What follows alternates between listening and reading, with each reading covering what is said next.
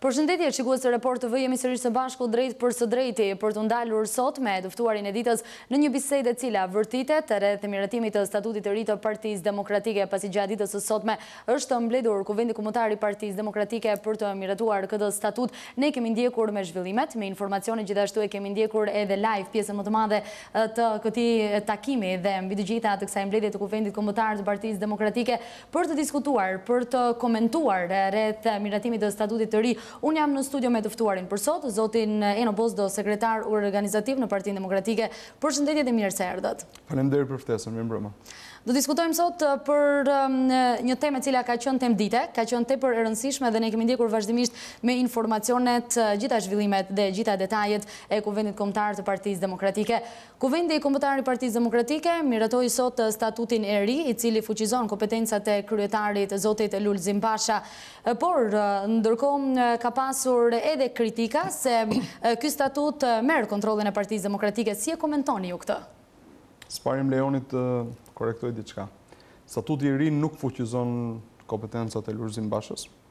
Përkundrazi, në krahasim me statutin aktual, kompetencat e organeve kolegjiale të tjera, siç është kryesia qendrore e Partisë Demokratike, Këshillit Kombëtar, por mbi të gjitha ajo që është risia absolute e këtij statuti, edhe për sa i përket statuteve të tjera në skenën politike shqiptare, fuqizimi i mendimit të antarësisë merr një prevalencë dominante.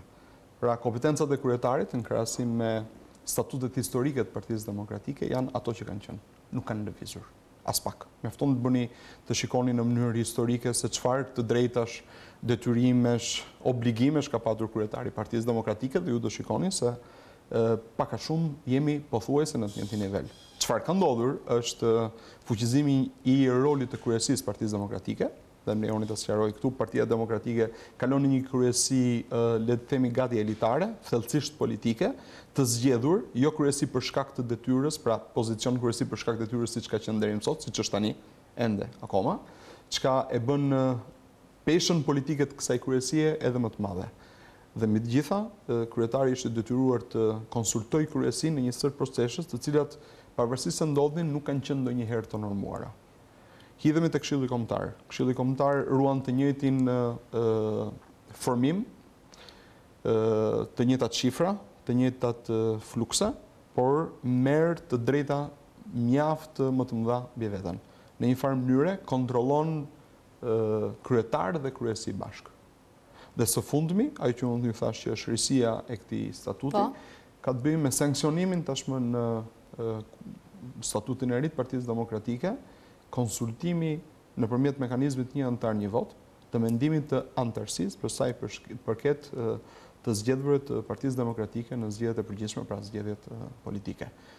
Është risi, përdoret për herë të parë, është një model që është marrë pothuajse i ngjashëm me modelin e konservatorëve anglez, sigurisht që nuk mund të merrë 100% për shkak të natyrave të ndryshme të funksionimit politik dhe të organizimit partijak të Partisë Demokratike dhe konservatorëve, por thelbi është që asnjë kandidaturë nuk mund të miratohet dhe të bëhet më vonë deputet pa marrë më parë mendimin e Partisë Demokratike. Dhe mendimi i antarit të thjeshtë Partisë Demokratike nëpërmjet mekanizmit një antar një vot është përcaktues.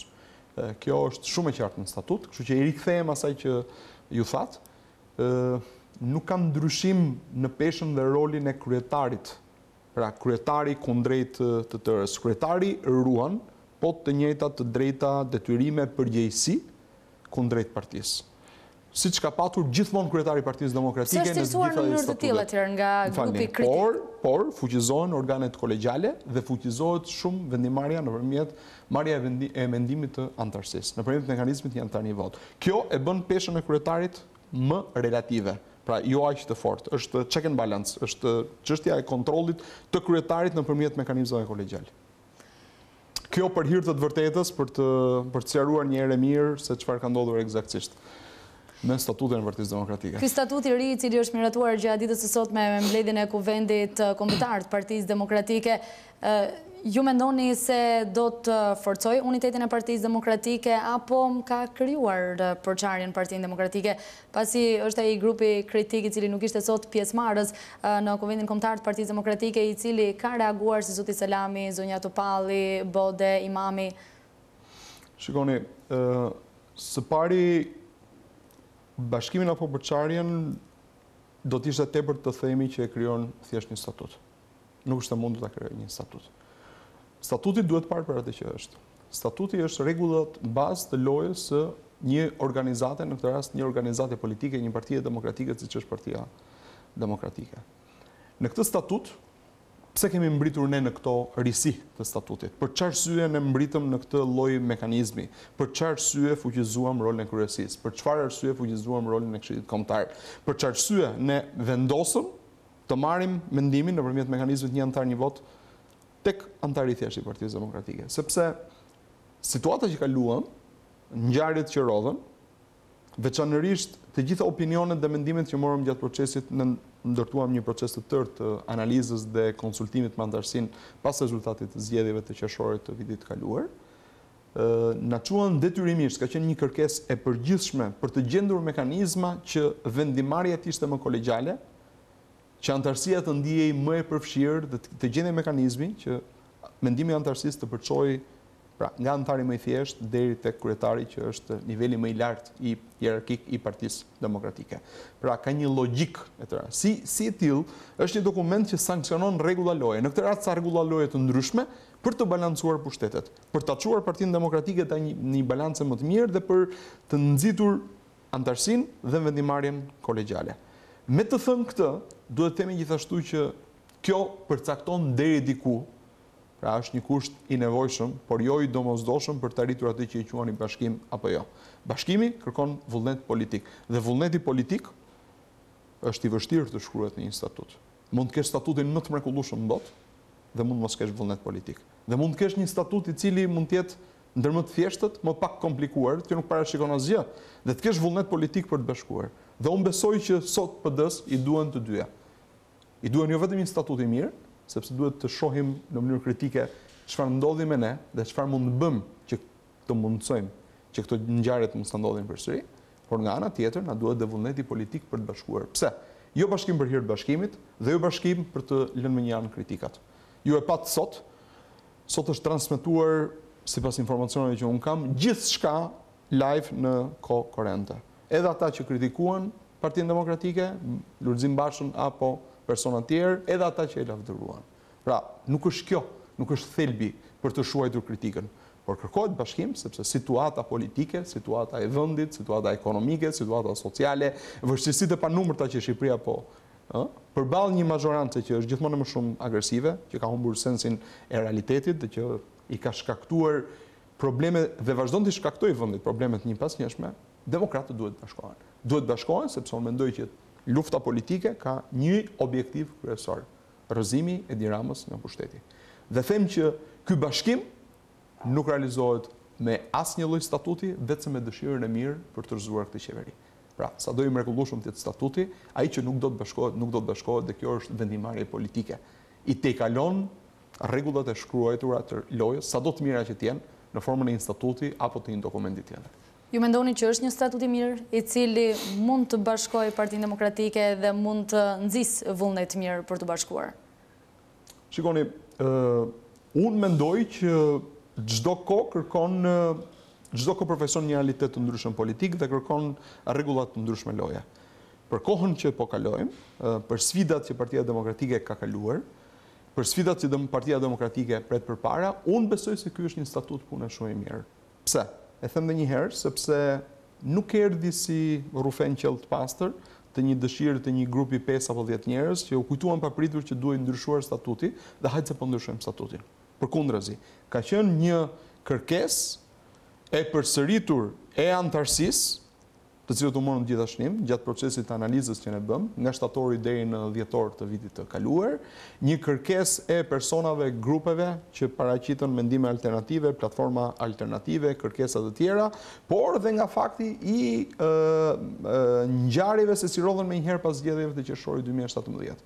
U vure që ne kemi nevojë të balancojmë pushtetet brenda Partisë Demokratike, të shkruajmë rregullat e lojës më qartë, në mënyrë që ato të jenë aty për të tërë dhe që Partia Demokratike të ketë vendimarrje më të mirë kolegjiale dhe mbi të gjitha, se kjo është e rëndësishme, Partia Demokratike për çdo vendim të rëndësishëm të saj t'i kthehet antarësisë dhe të dëgjojë se çfarë mendon ajo. Dhe unë besoj se në skenën sot politike shqiptare, ky statut përbën një risi për këto mekanizma që ka futur. Përbën një risi. Merrni shikoni statutet e gjithë partive të tjera, nuk do gjeni mekanizma të tillë kaq të elaboruar, të detajuar, me rregulla dhe përcaktime të qarta loje. Në këtë sens, mendoj që kemi të bëjmë me një dokument pune shumë të mirë. A mund të përmirësohet? Po gjithmonë mund të përmirësohet. Ne do na dalin sfida të reja përpara. Ndoshta do ndjem nevojën apo detyrimin të ndryshojmë përgjithësisht statutin. Patjetër, asgjë nuk është absolut. Asgjë nuk është e shkruar, këtu nuk janë porosit e Mojsiut, janë shkruar në gur dhe nuk ndryshojnë. Kështu që në këtë anë, për momentin që kalojmë, unë besoj se i dham përgjigjen e duhur për aq sa i takon statutit, të gjitha sfidave të kanë bënë edhe me mënyrën e organizimit të Partisë Demokratike, se është një pjesë tjetër shumë e rëndësishme e statutit, që unë nuk e preka këtu se i takon punëve tona të brendshme më shumë se sa publikut.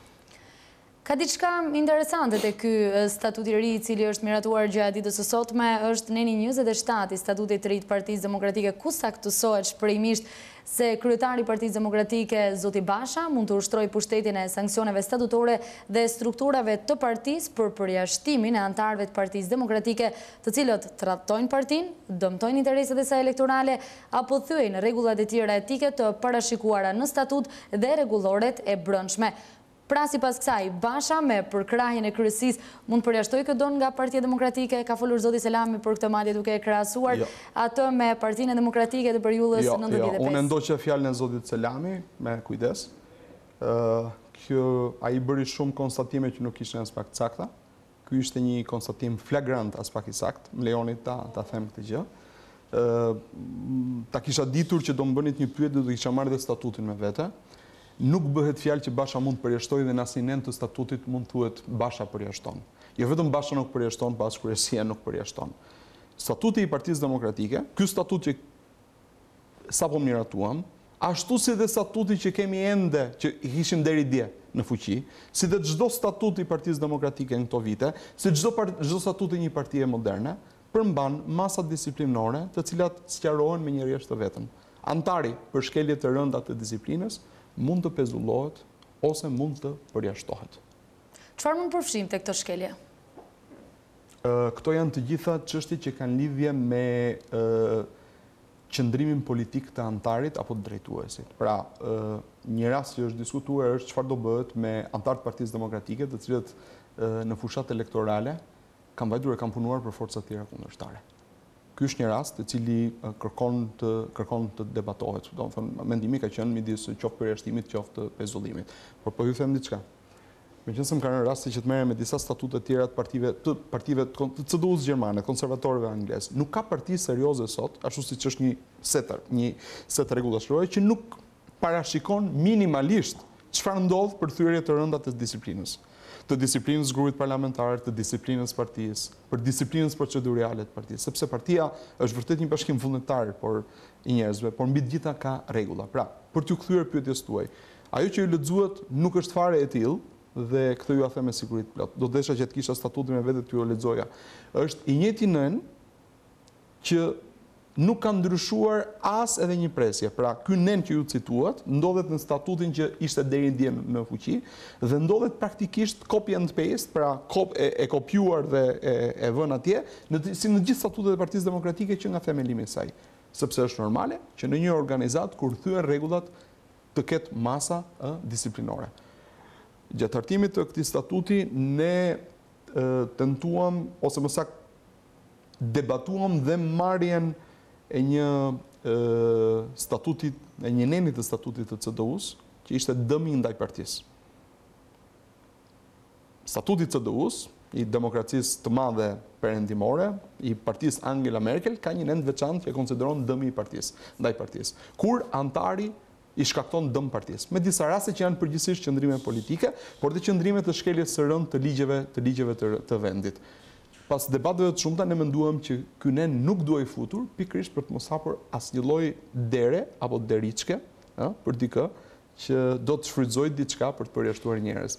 Në thelb përjashtimin Partia Demokratike gjithmonë e ka patur në statut, por ka qenë një instrument që asnjëherë për shkak të frymës tonë të hapur nuk është, ju shikoni historinë e Partisë Demokratike, asnjëherë nuk është përdorur.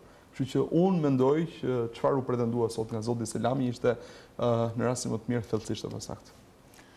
Në kuvend gjatë ditës sotme nuk morën pjesë disa figura të rëndësishme të Partisë Demokratike si zonja Topalli, Bode, Patozi, Bregu. A mund ta lexojmë këtë si një ndarje përfundimtare të figurave të Partisë Demokratike nga Partia Demokratike? Kanë qenë edhe deklarata si ajo e zotit Selami, ishte gjithashtu zonja Topalli e cila u shpreh se nuk ka quorum dhe madje duke bërë thirrje edhe zotit Basha që të hyjë avionit dhe të largohet në Holand pasi kështu të marrë frymë edhe Partia Demokratike? Nuk e interpretoj dot, duhet pyesin personat në fjalë për të interpretuar domethënien e mos pjesëmarrjes së tyre.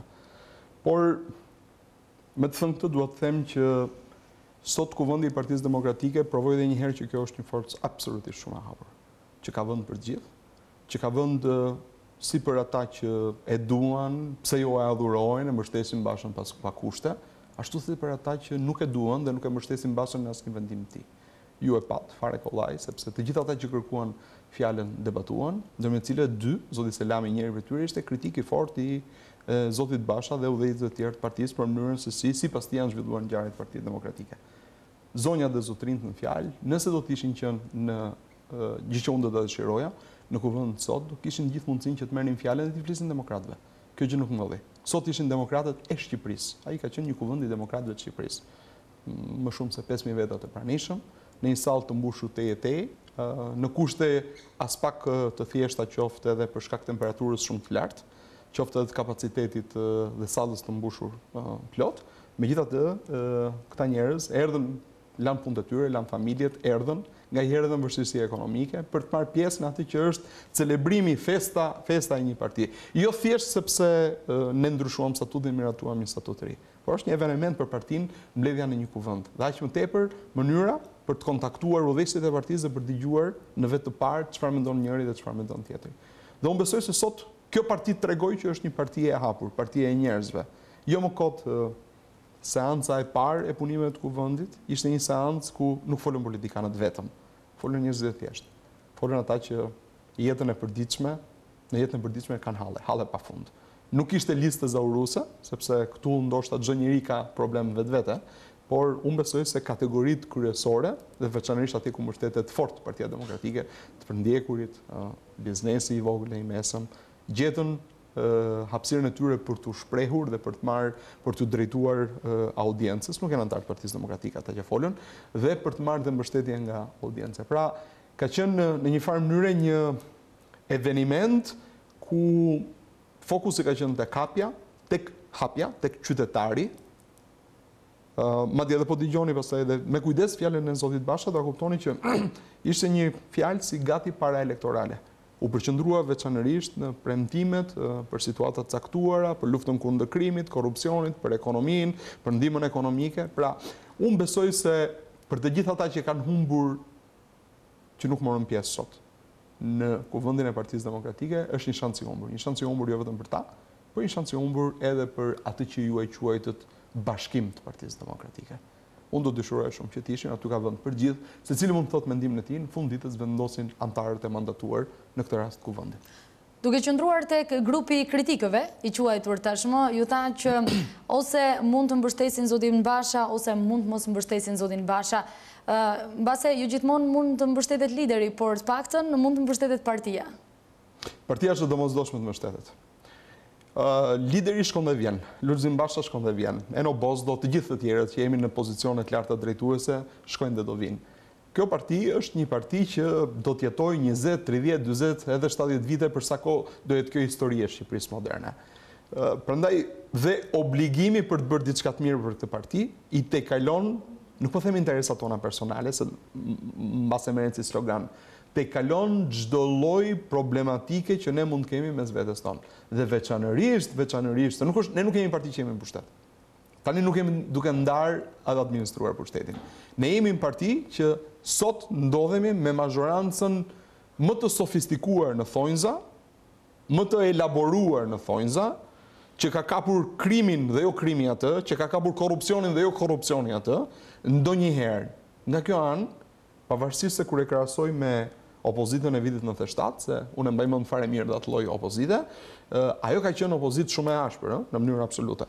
Por kjo është një opozit perfide, kjo lloj opozite, apo mënyra se si trysnia që ndodhet opozita është perfide. Është shumë e vështirë ta luftosh, përsa kohë janë mekanizmat padukshëm. Korrupsioni, krimi, paraja, droga, këto janë mekanizmat padukshëm. Për hir të kësaj gjëje, për hir të keqes sonë të madhe, dhe vjen keq të shpreh me këto terma, po e keqja sot e madhe është Edi Rama qeverisja. Sot vullneti për të bashkim nuk duhet mungonte. Dhe unë them që ka gjithmonë kohë për të qenë pro dhe kundër Lulzim Bashës, për të qenë pro dhe kundër çdo lloj lideri tjetër që do të drejtojë sot, nesër pas nesër Partinë Demokratike. Por nuk ka kohë sot për të mos qenë bashkë, sepse Edi Rama është aty. Duhet ta themi këtë gjë. Një figurë e rëndësishme e Partisë Demokratike është zoti Berisha, ish kryeministër, i cili sot në fjalën e tij ka bërë thirrje që pavarësisht asaj çfarë mund të mendojnë figurat caktuara në Partinë Demokratike, duhet që të jenë bashkë. Ju e shikoni këtë si një përkrahje, mbështetje e zotit Berisha për zotin Basha, kryetar aktual i Partisë Demokratike? E shoh si një përkrahje dhe mbështetje për Partinë Demokratike.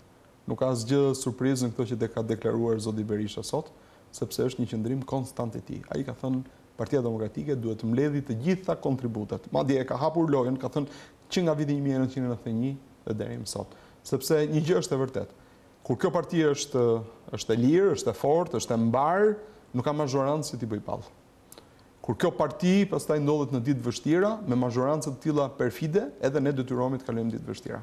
Kjo nuk është diçka me të cilën ne fshihemi, përkundrazi. Por gjithsesi sot ka qenë një provë e madhe e Bashkimit Demokratëve, pjekurisë tyre politike, hapjes tyre mendore, dhe vlerave që kjo parti tregoi. Ndoshta mund të duket thjesht si një gjest, por më lejoni t'ju them që t'ju kujtoj, edhe atyre që na ndjekin, që në një situatë të tillë, jo më larg se 2 apo 3 vite më parë, Partia Socialiste, kur doli në pod, në sken, një ndër kritikët e zëshëm, zoti Blushi, nuk lejoi celularet përdoreshin për ta filmuar. Nuk bëjmë më fjalë për transmetim direkt, por as celularet nuk u lejuan për të filmuar fjalimin e zotit Blushi. Sot, besoj të gjithë kanë qenë aty me syve me vesh, them dhe njëherë tjetër. Jemi një familje madhe, është normale që të ketë kundërshtim, madje edhe kundërshti të forta. Por ajo që nuk është normale është që për hir të kundërshtive ne të harrojmë fokusin e luftës tonë politike. Kjo është thelbësore, kryesore. Një tjetër zë i cili është shprehur për Kuvendin Kombëtar të Partisë Demokratike, miratimin e statutit të ri gjatë ditës së sotme, është edhe zoti Ibsen Elezi, kryetari i Partisë Demokratike në Kukës, i cili është shprehur që brenda Partisë Demokratike ka pasur deputet të cilët janë përpjekur të bojkotojnë edhe protestën e cila u realizua në Kukës me rastin e vendosjes së tarifës në rrugën e Kombit, por gjithashtu ai është shprehur edhe për element korruptuar në Partinë Demokratike, madje duke cilësuar që vettingu duhet nis nga politikanët, duhet nis nga deputet Partisë Demokratike në mënyrë që më pas të vijojnë në hallkat e tjera dhe të pastrojë Partinë Demokratike. Si mund ta komentojmë këtë? Ju si e komentojmë personalisht? Nuk kam koment për të bërë, sepse është e vështirë të komentosh thënie të tilla, por ju thonit ato që zotëria në fjalë tha, dhe unë mendoj që kjo është në fund ditës kjo është magjia e Partisë Demokratike. Platforma është aty, skena është aty, në kuvend të hapur sot, secili doli dhe pati mundësi, ata që kërkuan fjalë, sigurisht, pati mundësi të thosë atë që mendojnë. Dhe unë nuk mund të bëjmë dot barometër dhe nuk mund të them edhe në cilësinë time kush ka drejtë dhe kush jo. Nuk jam unë gjykatësi ndërkombëtar apo gjykatësi i fundit i kësaj partie. Secili ka opinionet e veta. Ama Ibseni ishte atje. Ne ishim aty. Eduard Selami ishte atje. I thanë gjërat me syrin e tjetrit, dikush u dua tokit, dikush u fishkollye, po pak rëndësi ka kjo. Rëndësi ka që ne ishim gjithë bashkë dhe debatuam gjithë bashkë. Dhe këtë nuk e bëm fshetasi. E bëm në sy të gjithë publikut shqiptar. Dhe është një shenjë shumë e mbar, besoj unë, edhe për qeverisin që do vi nesër. Kjo parti po tregon që nuk ka asgjë për të fshehur. Problemet i nxjerrën në dritë çeshit, sado të dimshme të vërteta apo jo të vërteta që të jenë ato, sepse është e bazuar në vlera. Dallimi midis kësaj partie dhe partive të tjera, qoftë të qendrës apo partive të tjera, është se kjo është një parti e bazuar në frymën e lirë. Ti mbytësh kësaj partie të drejtën e të folurit dhe të shprehjes, njësoj sikur t'ja ngacmosh ADN-n dhe t'ja ndërpresësh ADN-n e saj.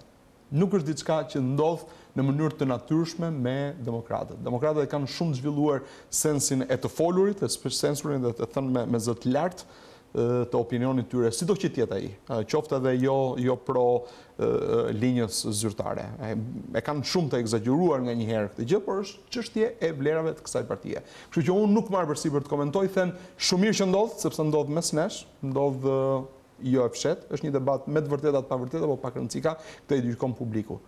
Ajo që ne duhet themi është si që jemi sot në opozit, ku i debatojmë gjërat, qëndrojnë për qëndrojnë tjetër histori, do të jemi nesër në qeverisje. Dhe si që ishim sot në opozit në një kuvend ku, nuk ishte kuvendi politikës sot, ishte kuvendi qytetarëve, ishte kuvendi demokratëve, dhe jo vetëm i demokratëve, i shtresar nevojë, i biznesit vogël të mesëm, i të përndjekurve, i ndihmës ekonomike, i të gjithëve bashkë. Nesër, kjo qeveri do të orientohet pikërisht qeveria e Partisë Demokratike në këto çështje që janë thelbësore dhe realisht shqetësuese për Shqipërinë. Sot edhe në ditët që do vinë. Pikë tjetër interesante, e cila është ndarë edhe mes mediave dhe sigurisht që e kemi ndjekur edhe live, ka qenë deklarata e zotit Basha referuar marrëveshjes së majit me kryeministrin e vendit Edi Rama, të cilën e ka cilësuar si një gabim duke justifikuar ndoshta edhe zgjedhjet e 25 qershorit dhe gjithashtu ndër tjera shprehur se kjo ka krijuar edhe tkurrjen e grupit të Partisë Demokratike. Zoti Basha dha një variant të tij sot se si e interpretonte ai atë që kishte ndodhur. Në mendimin tim personal në këtë rast është shumë afër të vërtetës. Unë mendoj që Partia Demokratike i bëri një shërbim të madh vendit duke mos bojkotuar zgjedhjet e vitit 2017. Personalisht kam qenë nga ata që edhe pse e dinim që të hyje në zgjedhje në kushte të tilla, me drogë dhe me krim nëpër këmbë, vendimi ishte marrë. T'ju tregoj një fakt kur në një qark të caktuar të vendit, deputetët që vajten atje më tregonin se si eksponent nga Partia Socialiste në ditët e para i kishin shumë mesazh dhe i kishin thënë që ne do të marrim kaq vota, ju do të merrni kaq vota dhe kjo është histori e mbyllur. Dhe parashikimi u vërtetua 100%. Para se të hynim çadër, unë personalisht kam pasur prova se si që në janar kishim filluar të blieshin kartat e identitetit. Se si territori kontrolloi me krim dhe me drogë. Për të mos ta bërë shumë gjatë. Çfarë ndodhi në Dibër një vit më parë, ishte u përsërit në një mënyrë apo në një tjetër në gjithë Shqipërinë në qershor të vitit. Pra, ne e dinim fare mirë që ne po shkonim drejt një humbje të paralajmëruar. Por midis bojkotimit të zgjedhjeve dhe hyrjes në zgjedhje me një humbje, besoj që zgjodhëm rrugën e dytë. Kam qenë gjithmonë partizan i kësaj, sa herë që jam pyetur e kam thënë opinionin tim, sepse ndryshe do t'i bënim një dëm shumë të madh vendit. Do të futej vendin në një spirale dhune dhe do të themi mospaqje sociale për një kohë shumë e shumë të gjatë. Këtë gjë Partia Demokratike nuk mund t'ia bëjë dot dhurat shqiptarëve. Në këtë koncept, në këtë kështu e interpretova unë zotin Basha, pra zgjedhjes midis dy të këqijave, dhe u zgjodha ajo që vërtet mund të dëmtoj Partinë Demokratike, dhe dëmtoj on pak, por nga ana tjetër, gjithsesi ne kaluam provën e zjarrit, dhe sot fakti është që nëse përpara protestës çadrës hasim dhe me skepticizëm të tërë, edhe nga qarqet ndërkombëtare për deklaratat tona, për përfshirjen e Samir Tahirit në trafik, për mbjelljen e gjithë Shqipërisë me drogë, për paratë e krimit dhe të korrupsionit, unë besoj që kemi të bëjmë jo më larg se një vit, pothuajse një vit, kemi të bëjmë me një ndryshim drastik të opinionit të ndërkombëtarëve, ndërgjegjësimit të institucioneve evropiane për të vërtetën e hidhur dhe realitetin e hidhur që qeveria e Edi Ramës dhe Edi Rama personalisht e ka futur këtë vend. Në një farë mënyrë më kujtohet atë që Ismail Kadareja e quan fitoria e brendshme në humbje, kur komentonte apo kur shkruante parathënien e librit të famshëm të Miguelit Plaku dhe Deti. Ritmi i Miguelit është ai është pikërisht kështu. Humbje me fitore të brendshme. Unë kështu e kam të interpretuar sot fjalën e Lulzim Bashës. Një humbje për një fitore e brendshme. Humbje e parashikuar, ndoshta dhe ne duhet kishim vërë ca gjëra më mirë, por gjithsesi ju siguroj unë që rezultati ishte vendosur në tavolinë muaj përpara zgjedhjeve të qershorit 2017 dhe ne për këtë nuk kishim absolutisht asnjë lloj iluzioni, por fitore e brendshme. Fitore e brendshme sepse e nxorëm Shqipërinë, unë besoj, për shkak të ndërgjegjësimit, nga kthetrat e krimit, nga kthetrat e drogës, dhe kjo janë dy betejat të jashtëzakonshme që Partia Demokratike i ka fituar dhe unë besoj shqiptarët për këtë duhet jenë mirënjohës. Minimalisht për këtë duhet jenë mirënjohës. Janë tema të gjëra dhe të cilat diskutohen vazhdimisht edhe nga qytetarët e thjesht, por gjithashtu edhe në randet politike. Megjithatë, kemi mbërritur në fund të hapësirës kohore të diskutimit dhe të komenteve të cilat ne kemi bërë sot statuti të ri dhe mbledhjes së Kuvendit Kombëtar të Partisë Demokratike. Unë ju falenderoj zoti Bozdo që ju kisha në studio dhe gjithashtu ju uroj veprimtari të mbar. Faleminderit, punë të mbarë dhe juve. Shikues të nderuar, përshëndetemi këtu së bashku për të vijuar me programacionin e Report TV.